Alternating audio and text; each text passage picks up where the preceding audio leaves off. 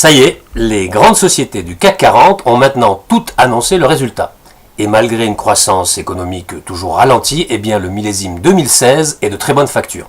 Alors très bien, mais quelles en sont les conséquences en termes de valorisation des entreprises et ces sociétés se paient-elles cher en bourse aujourd'hui? Les 40 grandes valeurs du CAC ont annoncé un peu plus de 75 milliards d'euros de profit pour 2016, en forte hausse de 32,4% par rapport à l'an passé, selon les calculs de l'AFP. Le comparatif semble très flatteur, mais attention, il faut conserver à l'esprit que l'exercice 2015 avait été plombé par de grosses dépréciations d'actifs, notamment sur Engie et sur ArcelorMittal, par exemple. En 2016, un peu plus de la moitié des résultats annoncés, 51%, ont été supérieurs aux attentes, quand seulement 14% étaient inférieurs aux anticipations des analystes.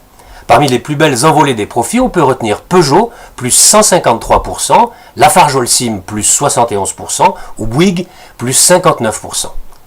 Avec une hausse de 42% des profits pour Michelin et une hausse de 21% pour Renault, le secteur de l'automobile sort largement du lot, avec de très beaux bénéfices. A l'inverse, il y a des déceptions. Publicis Group accuse une perte nette part du groupe de 527 millions d'euros contre un profit de 901 millions d'euros en 2015 à cause de dépréciation. Airbus a vu son bénéfice net part du groupe presque divisé par 3, passant de 2,7 milliards en 2015 à moins d'1 milliard à cause cette année, à cause de 2,2 milliards d'euros de charges pour son avion de transport militaire. Et Carrefour, le dernier grand groupe à annoncer ses résultats cette année, a aussi déçu, avec un bénéfice net ajusté par du groupe en repli de 7,4% à un peu plus d'1 milliard d'euros.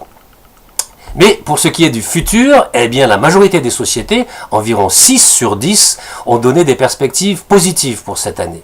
Ce qui devrait soutenir le CAC, qui vient de dépasser les 5000 points, qu'il tutoyait depuis déjà un bon moment. Pour aller bien au-delà, puisque les analystes attendent des gains de 7 à 10% de l'indice parisien pour cette année. Les grandes valeurs françaises devraient en effet bénéficier de faibles valorisations relatives, si on les compare par exemple à leurs homologues américains. Le CAC se paie seulement 14,6 fois les bénéfices attendus en 2017, contre 17,5 fois pour les blue chips américaines. Bien entendu, les élections présidentielles de mai et les législatives de juin en France vont freiner les ardeurs des boursiers, mais moi je pense que les perspectives de hausse des résultats de société et le rattrapage des grandes valeurs françaises devraient être pris en compte.